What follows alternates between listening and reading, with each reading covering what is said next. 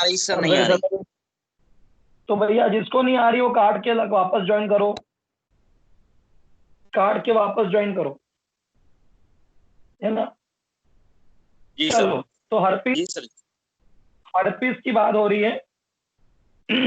15 दिन का incubation period है, लेकिन एक चीज बता दूं मैं आपको, ये हमारे शरीर में पड़ा रहता है, ये वायरस हमारे शरीर में पड़ा रहता है।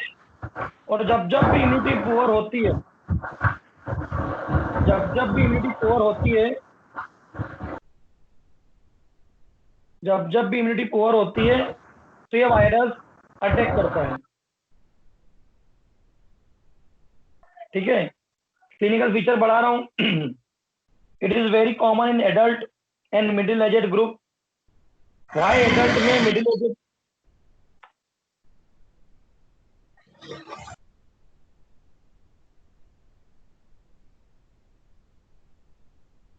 चलो हर्पीस जोसे समझ में आ गया आपको। ठीक है, इसमें एंटीवायरल ट्रीटमेंट देते हैं, वेसाइकल बनते हैं, बहुत ज्यादा दर्द होता है। ठीक है, नेक्स्ट टॉपिक निकालो, इंसेफेलाइटिस। इंसेफेलाइटिस यानी inflammation of brain, brain tissue, neuron जो होते हैं वो इन्फ्लाम्ड हो जाते हैं। और इसकी भी वही वजह होगी जो मेनिंजाइटिस की वजह होती है, वही बैक्टीरिया, वही ओटाइटिस मीडिया, वही ऑर्बिटल टिश्यू का इन्फ्लामेशन, वही साइनस का इन्फ्लामेशन। लेकिन रेबीज वायरस जबरदस्त इंसेफेलाइटिस कराता है, और ये मेनिंजाइटिस से 100 गुना ज्यादा लीथल है। इंसेफेलाइटिस हो गया ब्रेन का, तो फंक्शन, इन्फ्लामेशन का 5वां साइन होता है लॉस ऑफ फंक्शन, ब्रेन काम करना बंद करेगा, व्यक्ति कोमा में चले जाएगा, डेथ हो जाएगी। रेबीज इसका बेस्ट एग्जांपल है। It is a non supported inflammation of brain, जापानी encephalitis virus, enterovirus like polio, herpes simplex, herpes zoster, AIDS virus, rabies virus, influenza virus, mumps virus, ये सभी वायरसेस जो होते हैं वो इंसेफेलाइटिस कराते हैं। एक्यूट ऑनसेट होता है, जिसे रेबीज वगैरह में कुछ बीमारी ऐसी होती है जो बैक्टीरियल होती है, वो धीमे धीमे होती है। ठीक है, बुखार आएगा, सर दर्द होगा, पूरी बॉडी में दर्द होगा, आर्थेल्जिया माइल्जिया मिलेगा बहुत ज्यादा मात्रा में। बट समस्या है कि व्यक्ति धीरे धीरे कोमा में जाएगा। एक होता है स्टुपोरस कंडीशन, स्टुपोर का मतलब होता है गहरी नींद, और कोमा मतलब कि अनकॉन्शियस ऑलमोस्ट। ठीक है, तो वो व्यक्ति जा सकता है। ठीक है, इन्वेस्टिगेशन में ब्लड काउंट कराओ, सीएसएफ कराओ, बट सीटी एमआरआई कराना पड़ती है। बट सीएसएफ से मालूम पड़ता है कल्चर करके कि बैक्टीरिया वायरस इन्वॉल्व कौन है, तो उसके हिसाब से हम ट्रीटमेंट देंगे। बाकी तो आपको ईईजी भी कराना पड़ेगी, एमआरआई कराओ, सीटी स्कैन कराओ, पीसीआर कराना पड़ेगा जो हम अभी कोरोना में करा रहे हैं, पीसीआर, पॉलीमरेज चेन रिएक्शन, है ना, एलाइजा कराना सकते हैं। ठीक है, तो ये इनकेफेलाइटिस है। प्रोग्नोसिस बहुत खतरनाक है, वो डिपेंड करता है पॉजिटिव ऑर्गेनिज्म क्या है। ट्रीटमेंट के अंदर व्यक्ति यदि अनकॉन्शियस है, कोमा में है, तो कोमा के आपको जितने भी आईसीयू के प्रोटोकॉल्स होते हैं वो फॉलो करना पड़ेंगे, चाहे वो वेंटिलेटर हो, चाहे वॉट एवर। लेकिन एसाइक्लोवीर वगैरह यदि आपको देना पड़ेगा, क्योंकि ये वायरल ज्यादा होता है। ठीक है, बाकी डेक्सामेथासोन खिला दीजिए आप, गैस्ट्रिक ट्यूब वगैरह डाल दो, वेंटी सपोर्ट डाल दो, ऑक्सीजन सिलेंडर चढ़ा दो, जो आईसीयू का प्रोटोकॉल है वो इसमें फॉलो होगा। नेक्स्ट टॉपिक है कोमा। ठीक है, कोमा का मैंने अभी 2 टॉपिक पढ़ा है, हर्पिस जोस्टर इंसेफेलाइटिस। तीसरा पढ़ा रहा हूं कोमा। कोमा क्या है बेटा? कुछ लोग बोलते हैं कोमा मतलब ब्रेन डेथ, जैसे आपने एफएम टीम पढ़ा भी है। हार्ट की डेथ को सिंकोप बोला, लंग्स की डेथ को एस्फेक्सिया बोला, और ब्रेन की डेथ को कोमा बोला। मैं ब्रेन डेथ नहीं बोलता इसको, लेकिन हाँ, यदि व्यक्ति का ब्रेन इतना कम काम करे कि व्यक्ति अनकॉन्शियस हो जाए, है ना, पेनफुल स्टिमुलस देने पर भी वो अराउज ना हो, उसको मारो, चटका चोटा दो, गाली बको, फिर भी वो अराउज ना हो, उसकी गहरी नींद, तो इस डीप स्लिप को, डीप स्टूबरस कंडीशन को, इस अनसाउंडनेस ऑफ माइंड को हम कोमा बोलते हैं। पढ़ते हैं, condition of complete unconsciousness from which patient can't be arouse even a most painful stimulus. इतनी ज्यादा गहरी नींद, इतना ज्यादा अनकॉन्शियसनेस होना कि पेनफुल स्टिमुलस देने पर भी वो उसके जो इम्पल्स, मतलब उसकी जो अराउ अवेकनेस है, अलर्टनेस है, वो वापस ना आए, व्यक्ति रिस्पॉन्स ना करे। इसको बोलते हैं कोमा। और यदि कोमा थोड़ा माइल्ड है तो इसको बोलते हैं स्टुपोरस कंडीशन। आपने बहुत सारी होम्योपैथिक मेडिसिन पढ़ा होगा, ओपीएम, स्टुपोरस कंडीशन, नींद, नींद गहरी नींद, स्टुपोर। ठीक है, वजह क्या हो सकती है? देखो ये जो वजह बता रहा हूँ ना, ये सभी में घुसा सकते हो आप लोग। कोई भी ब्रेन की डिसीज आए, ये घुसा सकते हो। ब्रेन संबंधित सेरेब्रल क्या क्या हो सकता है? हेड इंजुरी, सेरेब्रोवास्कुलर एक्सीडेंट मैंने पढ़ाया था, सब ड्यूरल हेमरेज, सेरेब्रल हेमरेज। ठीक है, meningitis, encephalitis, brain tumour, brain abscess, hypertensive encephalopathy, है ना, टाइफस, बहुत ज्यादा मात्रा में दिमागी बुखार। एक और लफड़ा होता है जो आपकी बुक में लिखा नहीं है, कर्निकटेरस। कर्निकटेरस का मतलब होता है बिलिरुबिन इतना ज्यादा बढ़ गया कि वो ब्लड ब्रेन बैरियर क्रॉस करके ब्रेन में घुस जाता है, और बिलिरुबिन बिलिवर्डिन फिर न्यूरॉन की वाट लगाते हैं। ठीक है, सेरेब्रल मलेरिया आप पढ़ चुके हो, फाल्सिफरम मलेरिया, ये सभी सेरेब्रल कॉज है, हालत खराब कर देंगे। सभी लोग जो है वो क्या करा सकते हैं? कोमा। फिर हार्ट के अंदर है स्ट्रोक एडम सिंड्रोम। जितने भी लोग हैं, मेरी कोचिंग के जो नए स्टूडेंट है उनको छोड़ के, मैं धार वालों को भी जो पहले थे, जो मैंने क्लास में पढ़ाया था हार्ट, और मेरे गुजराती कॉलेज के स्टूडेंट को पढ़ा चुका हूँ हार्ट, तो मैंने बताया था कि कंप्लीट एसिस्टोल हो जाता है और कुछ सेकंड में ब्रेन को ब्लड नहीं मिलता तो ब्रेन काम करना बंद कर देता है। इसको स्ट्रोक एडम सिंड्रोम बोलते हैं। ये जंक्शनल टिश्यू ऑफ हार्ट की बीमारी है। ऐसे नोड, एवी नोड ने प्रॉपर इंपल्स नहीं दिया तो दिल धड़कना बंद कर दिया कुछ सेकंड के लिए, तो ब्रेन को ब्लड मिलना बंद कर, कोरोनरी थ्रोम्बोसिस हो सकता है। लंग्स में पल्मोनरी एम्बोलिज्म हो गया, कार्बन मोनोऑक्साइड पॉइजनिंग हो गई, कार्बन डाइऑक्साइड पॉइजनिंग हो गई। याद करिए, अपन एफएमडी सेकंड में पढ़ा था, तो मिसलेनियस पॉइजन में एस्टेक, और उसके पहले एस्ट्रेक्सिन पॉइजन था, उसमें carbon monoxide carbon dioxide poisoning होती थी और उसमें ब्रेन डिप्रेस हो जाता है। ठीक है, metabolic disorder like diabetic coma, hepatic coma, hypothermic, hyperthermic, बहुत तेज बुखार आया व्यक्ति कोमा में चले गया, बहुत तापमान डाउन हो गया व्यक्ति कोमा में चले गया, शुगर बहुत ज्यादा कम हो गई कोमा में चले गया, शुगर बहुत बढ़ गई कोमा में चले गई।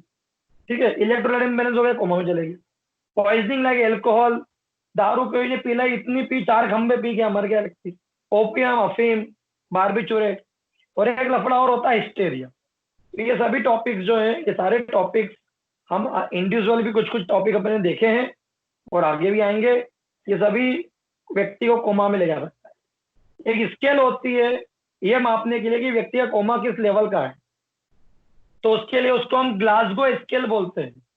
आपकी बुक में लिखा नहीं, लिख लीजिए आप लोग यदि जिसके पास बुक है, तो नहीं तो कोई बात नहीं, याद रखना कोमा में ग्लासगो स्केल एक पैमाना है जो ये डिसाइड करता है कि कोमा कितना डीप है और कोमा है भी कि नहीं। तो आई ओपन, ठीक है, आई ओपन कब? स्पॉन्टेनियसली, ऑटोमेटिकली व्यक्ति जैसे बेहोश हुआ और आंखें खोल रहा है फिर बंद कर रहा है, आंखें खोल रहा है फिर बंद कर रहा है। स्पॉन्टेनियस है मतलब कोमा है ही नहीं, स्पॉन्टेनियस मतलब खुद से खुद। दूसरा, टू स्पीच, बोले गुप्ता जी आंखें खोलो, गुप्ता जी, आवाज आ रही है और व्यक्ति आंख खोल रहा है, नाम से आंख खोल रहा है, तो माइल्डर डिग्री का कोमा है। टू पेन, आंख ऑटोमेटिक तो खुली नहीं, ए गुप्ता जी आंख खोलो, गुप्ता जी आंख खोलो, गुप्ता जी नहीं खोल रहे, चिमटी करी गुप्ता जी को और फिर आंखें खोल ली, तो ये थोड़ा डीप कोमा है। और नन, यानी कि मेरे को मार लिया, गुप्ता जी को चाटे मार लिए, चटका चोटा लिया, है ना, चिमटी कर ली, सुई चुबा ली, उसके बावजूद भी गुप्ता जी ने आंख नहीं खोली, मतलब बहुत डीप कोमा। तो ये मार्क्स हैं। 0 मार्क्स मतलब स्पॉन्टेनियस आंख खोल रहा है। स्पीच मतलब भैया स्पीच पे बोलने पे हो रहा है तो 1 नंबर, दर्द पर आंख खोल रहा है 2 नंबर, आंख ही नहीं खोल रहा है कितना भी कर लो 3 नंबर। तो ये मार्क्स होते हैं। वर्बल रिस्पॉन्स कैसे हैं? ओरिएंटेड है, क्यों, नाम क्या है? मेरा नाम ये है, मैं यहाँ इंदौर में रहता हूँ, ये वो। ओरिएंटेड है, 0 मार्क्स। कंफ्यूज है, क्यों, मेरा नाम क्या है? वो मेरा नाम रहते का, वो मैं वो वहाँ पे रहे, पल्ले नहीं पड़ते, कंफ्यूज है, तो 1 डिग्री का। इनअप्रोप्रिएट वर्ड, क्यों भैया क्या नाम है? वो ये वो वो ये वो ये वो इनअप्रोप्रिएट वर्ड पल्ले नहीं पड़ रहा, ठीक है, इनकम्प्रेहेंसिव साउंड समझ ही नहीं आ रहा है, नन बोल ही नहीं रहा व्यक्ति, तो बहुत डीप कोमा। फिर बेस मोटर रिस्पॉन्स, यदि कमांड ऊपर कर रहा है उसको बोलो कि अपनी नाक पे उंगली रखो, अब अपनी आंख पे रखो, कान पे रखो, फिर नाक पे रखो, फिर आंख पे रखो।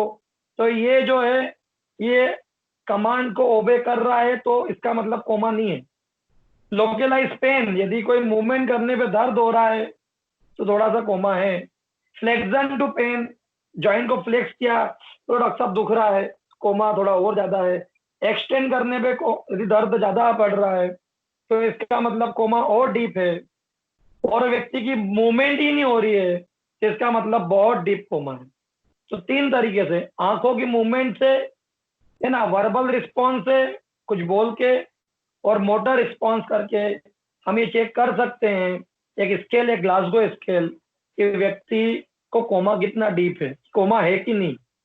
सिम्टम्स के अंदर हिस्ट्री मिलती है बीपी की, किडनी की, लीवर या डायबिटिक डिसीजेस की, या कोई ड्रग्स वग्स लिया था उसकी हिस्ट्री मिलती है, ठीक है। कोई इंजुरी वगैरह तो नहीं है, चेक कर लो, कोई ब्लीडिंग तो नहीं हो रही नाक से, ईयर से, आंख से, मुंह से।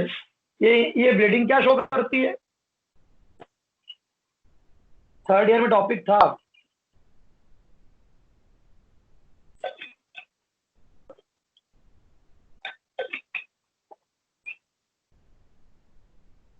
ब्लीडिंग फ्रॉम नोज ये शो करती है कि एंटेरियर फोसा में इंजुरी, मतलब चोट लगी है, और आंख से। मिडिल क्रेनियल फोसा में चोट लगी, ईयर से आ जाएगा, ठीक है, सुना होगा आप लोगों ने। तो हेड इंजुरी बड़ी कि नहीं बड़ी, उसमें बड़ा होगा, ठीक है। कोई एसीटोन की, अल्कोहल की, ओपियम की स्मेल तो नहीं आ रही है। कोई ज्वेंडिस या साइनोसिस तो नहीं हुआ है। ज्वेंडिस मतलब करनी इक्टेरस, साइनोसिस मतलब carbon monoxide, carbon dioxide poisoning, asphyxia, ठीक है। बाकी पल्स देखो, बीपी देखो, रेस्पिरेटरी देखो, टेम्परेचर देखो, समझ जाओगे कि हाइपर पायरेक्सिया तो नहीं हो रहा था, हाइपोपायरेक्सिया तो नहीं था। बीपी पल्स समझ में आ जाएगी, शुगर चेक करा लो, कोई इन्फेक्शन तो नहीं है, चेक करा लो। कुल मिला के कॉज ढूंढो। कोमा तो पल्ले पड़ ही रहा है कि व्यक्ति कोमा में, अब कॉज क्यों ढूंढना है, तभी तो ठीक करोगे। सेरेब्रल मलेरिया तो लैरिगो से ठीक होगा, ज्वेंटिस है तो कुछ और दवाई देना पड़ेगी, टाइफाइड है तो कुछ और देना पड़ेगा, माथा फूटा तो कुछ और करना पड़ेगा। तो कॉज के हिसाब से हमको इसका आपको इवेल्युएशन करना पड़ेगा, है ना। प्यूपिल अनइक्वल हो जाएगी साइज में, आई मूवमेंट प्रॉपर नहीं होगा, फेशियल नर्व पैरालाइज्ड हो जाएगी, बेल्स पासी बड़ी थी, गर्दन में रिजिडिटी आ जाती है, जर्क सारे डिस्टर्ब हो जाते, jerk, bicep jerk, tricep jerk, ankle jerk, नी जर्क, सब डिस्टर्ब हो जाएंगे। बीपी पल्स गड़बड़ाएगी, ठीक है। रेस्पिरेटरी सिस्टम में भी हरिट आपको इस तरह से व्यक्ति सांस लेता दिखेगा, इसका मतलब व्यक्ति जिंदा है लेकिन कोमा में, ठीक है।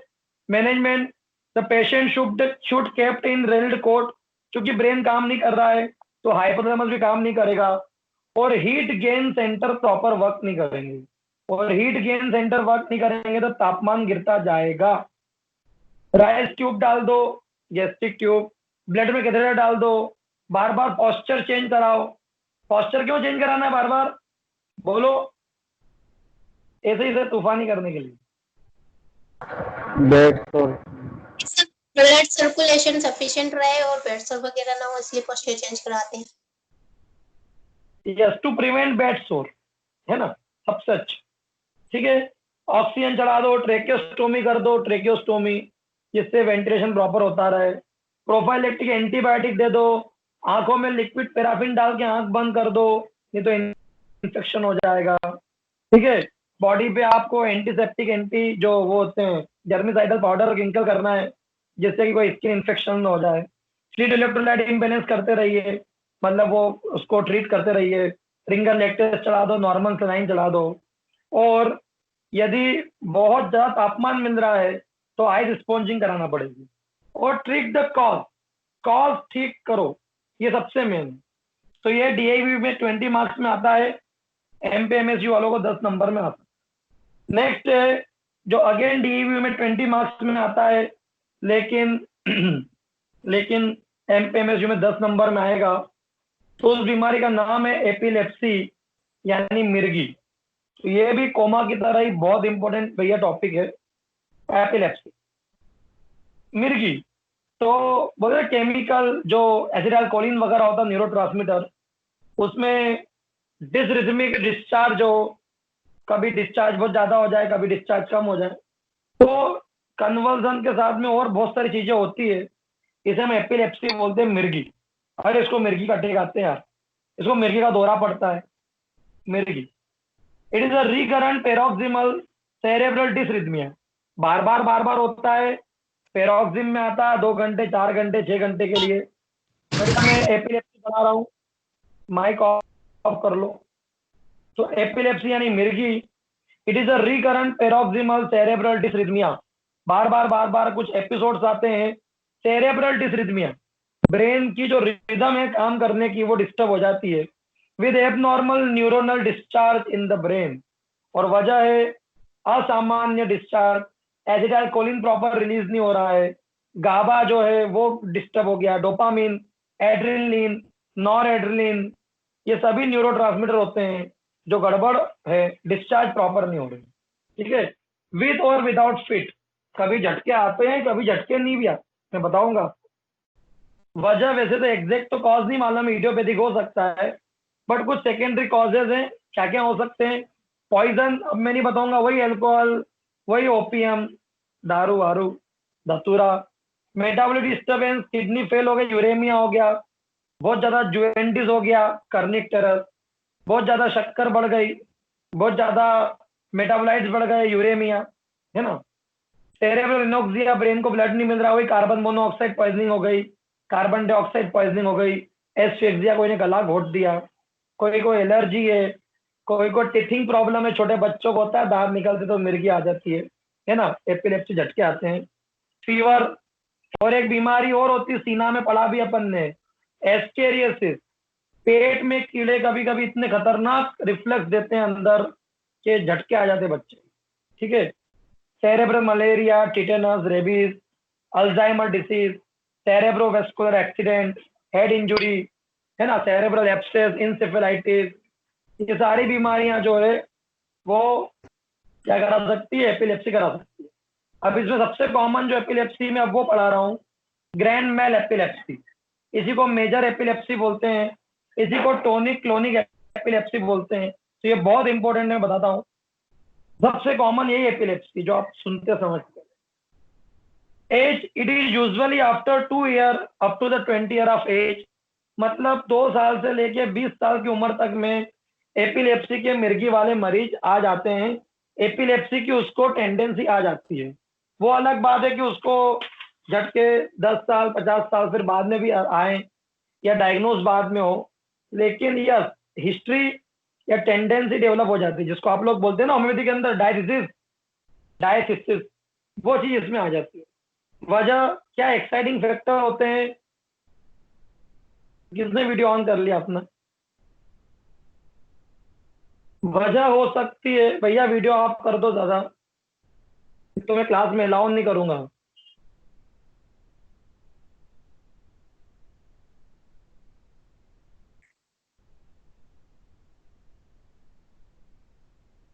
बुखार, pyrexia, overwork, fatigue, menses, hunger, excitement, lack of the sleep, drugs, शराब पीना, ठीक है, शुगर की कमी या अधिकता, चोट या फोटोसेंसिटिवनेस यानी कि बहुत ज्यादा सन स्ट्रोक लग जाए, इन सब की वजह से एक्साइट होती है एपिलेप्सी।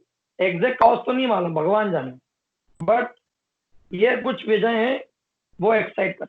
ठीक है, प्री मॉनिटरी सिम्टम्स क्या होते हैं? प्री मॉनिटरी मतलब कि एक्चुअल अटैक आने के 5-7-6 दिन पहले, 2-4 दिन पहले आप एक होम्योपैथिक रेमेडी पढ़ना, यदि नहीं पढ़ी हो तो, एस्टेरिया रूबेन। और मैं जो बताने वाला हूं उससे आप थोड़ा लिंक निकालना कि मैंने क्यों बोला ये नाम। एपिलेप्सी का प्रो मॉनिटरी सिम्टम में मैंने एस्टेरिया रूबेंस क्यों बोला, आप पढ़ के मुझे बताना कल। Premonitory symptom of epilepsy बता रहा हूं। There may be a change of mood और behaviour for few days prior to the attack. मान लो किसी को गुरुवार को एपिलेप्सी आने वाली थी या आने वाली है, तो शनिवार रविवार से ही थोड़ा मूड चिड़चिड़ा हो जाएगा, बिहेवियर चेंज हो जाएगा, पर्सनालिटी चेंजेस होने लग जाती है, गुस्सा आने लग जाता है बहुत ज्यादा, मूड ऑफ होने लग जाता है, थोड़ा पेशेंट लो फील करता है, किसी काम में मन नहीं लगता। और ये एस्टर वुमेन्स में भी है कुछ पढ़ना। ऑनसेट कभी भी एपिलेप्सी अटैक आते हैं, बट जो आप लोग ज्यादा देखोगे, जैसे ही मरीज सोया उसके 1-2 घंटे के अंदर उसको झटके आना चालू हो जाते, सोते वक्त आते हैं जनरली, और नींद के पहली स्टेज में ही आते हैं। एक्चुअल जब अटैक होता है एपिलेप्सी का तो क्या सिम्टम्स है? एक होता है ओरा, ओरा मतलब एक अजीब अजीब फीलिंग होती है, ओरा, है ना। This is symptom due to early epileptic discharge perceived by the patient. तो जो भी एपिलेप्टिकल न्यूरोट्रांसमीटर्स जो रिलीज हो रहे हैं गड़बड़ाने वाले, वो व्यक्ति महसूस करके उसको अजीब अजीब लगता है। हो सकता है सेंसरी सिम्टम्स आए, लाइक साइकिक सिम्टम आने लग जाए, विजुअल हेलुसिनेशन आने लग जाए, और वो देखो देखो भूत दिख रहा है, और ये देखो मेरे को आवाज आ रही है पायल की छन छन छन, ऑल्फैक्टरी खुशबू आ रही है, कस्टडरी फोकट स्वाद आ रहा है, क्यूटेनियस याद करो कोकेन के अंदर आपने पढ़ा है कोकेन बग, देखो डॉक्टर साहब मेरी देखो मेरी उंगलियों में, मेरे यहाँ मेरे स्किन में कीड़े रेंग रहे हैं, टेक्टाइजेशन, ये व्यक्ति को लगने लग जाता है, थोड़ा डरने लग जाता है व्यक्ति, है ना। ये कुछ 1-8 घंटे 2 घंटे तक चलता है। फिर आती है tonic phase. This phase last about half an minute, आधा 1 मिनट तक के लिए होता है। Different muscles of the body undergo spasmodic contraction, तो पूरी बॉडी क्या हो जाती है, अकड़ जाती है, that is known as tonic conversion. Tonic, पूरी body, whole body become stiff, respiration cease हो जाता है, व्यक्ति का दम घुटता है, नीला पड़ने लग जाता है, ठीक है, और बहुत ज्यादा मात्रा में सांस लेने पे आवाजें भी आती है, ठीक है, और मुंह से भी इस तरह की आवाज आती है, ऐसा लगता है कि व्यक्ति रो रहा है, इसे एपिलेप्टिक क्राई बोलते हैं, ठीक है। चलो, फिर क्लोनिक फेज। अब ये पूरी जो बॉडी है आधे 1-2 मिनट तक के लिए ऐसी हुई थी, अब इसमें क्या आने लग जाएंगे झटके, इसको बोलते हैं clonic phase, flexor extension, flexor extension, clonic. Clonic मतलब पूरी बॉडी अकड़ गई, क्लोनिक मतलब कि झटके आते हैं। ये भी 1-2 मिनट तक के लिए होती है, maximum 2-3 minute. Jerky movement of the different muscle, तो झटके आते हैं, और इसी में टंग बाइट हो सकती है, जैसे चम्मच वम्मच फंसा देते हैं, रुमाल फंसा देते हैं, कि 2 दांतों के बीच में जीबान ना आ जाए, जीबान कट जाएंगे, तो टंग बाइट वगैरह इसमें क्लोनिक फेज में बहुत मिलती है। फिर फ्लेसिड कोमा एंड स्लीप, ये झटके आके व्यक्ति अब थक जाता है, गहरी नींद में सो जाता है, स्टेटोरियस ब्रीथ, बहुत ज्यादा नॉइजी रेस्पिरेशन होगा, ठीक है, जर्क सब स्लगिश हो जाएंगे, रिफ्लेक्स सब स्लगिश हो जाएंगे, और व्यक्ति बिल्कुल ड्राउजी हो जाएगा, सुस्त हो जाएगा, ठीक है। एपिलेप्सी के बाद में कभी कभी किसी किसी पेशेंट में पोस्ट एपिलेप्टिक ऑटोमेटिज्म मिलता है। एपिलेप्सी के बाद कुछ वो अनसोशल वर्क करता है, हो सकता है वो अनड्रेसिंग करे, कपड़े उतार के फेंक दे, स्टीलिंग थिंग्स, वो चीजें चुरा ले, है ना, ये भी होता है। तो ये कुछ अनसोशल वर्क कर सकता है एपिलेप्सी के बाद व्यक्ति, ये भी मिलता है, ठीक है। लकवा लग जाता है, ये भी हो सकता है। कभी कभी किसी व्यक्ति को लगे लगे एक ही दिन में एक ही रात में लगे लगे 8-10 अटैक आ जाते हैं, इसको स्टेटस एपिलेप्टिकस बोलते हैं। क्या बोलते हैं? स्टेटस एपिलेप्टिकस, मिर्गी लगे लगे आने लगता है, ठीक है। चलो आगे बढ़ते हैं। एक और बीमारी है, ये ग्रैंड माल एपिसोड खत्म हुई, एब्सेंस सीजर, इसी का नाम है पैटिट माल एपिलेप्सी। ये अभी एनआरएचएम के एग्जाम में पूछा था, है ना, पैटिट माल एपिलेप्सी यानी एब्सेंस सीजर। पूछा था कि इसमें से कौन सी एपिलेप्सी जिसमें झटके नहीं आते, तो आंसर था पैटिट माल एपिलेप्सी। इसके अंदर छोटे बच्चे जैसे खेलते खेलते एकदम, बस उनसे कुछ बोलो बेटा चलो उठाओ ये, तो चुप हो जाते, एकदम शांत, क्वाइट। फिर 2-3 मिनट के बाद में क्या हुआ, पल्ले ही नहीं पड़ी। This is absence seizure. खेलते खेलते एकदम मिर्गी का झटका आया, व्यक्ति को एकदम से जो भी वो एक्टिविटी कर रहा था वो नहीं कर रहा है। और कई बार ऐसा होता है कि ये तो अभी जैसे मैं बैठा था तो बस ऐसा कैसा रह गया हूँ, मान लो मैं खड़ा हूँ तो मैं गिर जाऊंगा धड़ाम से। इसको तो अधिकतर मरीज ऐसे ही आते हैं, अरे मेरे बच्चे को खेलते खेलते एकदम गिर गए डॉक्टर साहब, और चुप हो गई थी, 4-1 मिनट बाद एकदम इसको होश आया, डॉक्टर साहब देखो क्या हो गया यार, तो फिर आप बताओगे अरे इसको एब्सेंस सीजर। ठीक है, ठीक, चलो। इसके अलावा temporal lobe epilepsy, jacksonian epilepsy, autonomic seizures वगैरह भी हो सकते हैं। इन्वेस्टिगेशन में ईईजी बेस्ट है, सीटी एमआरआई करा लो, ब्लड कराओ, यूरिन कराओ, है ना। ट्रीटमेंट में एंटी कन्वर्जन ड्रग दी जाती है, एक बहुत अच्छी दवाई है, उसका नाम है वेल्पोरिक एसिड। वेल्पोरिक एसिड ब्रांड नेम है वेल्पारिन, ये बहुत बढ़िया दवाई है। इसके अलावा कार्बाजमापिन भी अच्छी दवाई है, ठीक है। फिनोबार्बिटोन है, प्रीमिडोन है, पर जो मुझे सबसे अच्छी लगती है वो है वेल्पोरिक एसिड, जो मरीजों में बहुत बढ़िया काम करती है, तो आप इसके बारे में सोच सकते हैं। ठीक है, चलो आगे बढ़ते हैं, एक टॉपिक और पढ़ लेते हैं। What is the difference between hysteria and epilepsy. Hysteria मतलब ओवर ओवर इमोशनल डिस्टर्बेंस की वजह से होता है, बहुत ज्यादा ओवर एक्साइट हो गया व्यक्ति, बहुत ज्यादा गुस्सा आ रहा है, बहुत ज्यादा खुशी हो गई है, या बहुत ज्यादा डर है व्यक्ति को किसी चीज का, तो हिस्टेरिया चालू हो जाता है। ये कोई नेचुरल एपिलेप्सी नहीं है, ये आपने चीज कोई दिल पे बहुत ले ली, लोड ले लिया तो होता है। तो हिस्टेरिया यंग एज में होता है, एपिलेप्सी 2 साल से 20 साल की उम्र में कभी भी आ सकते हैं, उसके बाद आता रहता है। हिस्टेरिया यंग एज में क्यों है? क्योंकि छोटे बच्चे लोड लेते हैं क्या? अभी तुम 3 साल के बच्चे को बोलो चल कल तेज दिन आओ, फेल हो जाएगा, तेरे को सारे मारेंगे, तो आप अप्पा जो बने कर लो अप्पा, है ना, तेजी तेजी। छोटे बच्चे तुम्हारी तरह होते हैं, ठीक है, क्लास चल रही है, इधर उधर घूम रहे हैं, कोई सेव परमल खा रहा है, कोई मैगी बना रहा है, फिर आ गए, उनको भी लगता कि हाँ सर खुश है, सर 50-60 बच्चे पढ़ रहे हैं, बाकी वो व्यक्ति घूम रहे हैं, तो काहे का डर, है ना। देखो एक भाग गया प्रवीण का करके कोई, तो ठीक है, मतलब एडल्ट लाइफ में ही बहुत स्ट्रेस होता है, तो हिस्टेरिया एडल्ट लाइफ में ज्यादा मिलता है। जेंडर इमोशनली वीक, थोड़ी सी महिलाएं ज्यादा होती इमोशनल, हालांकि ये पहले का डेटा है, अब तो लड़के रोते हैं जानू प्लीज ब्रेकअप मत करो, पत्नियों पत्नियों से जानू प्लीज मायके मत जाओ, जानू प्लीज, पहले अलग था।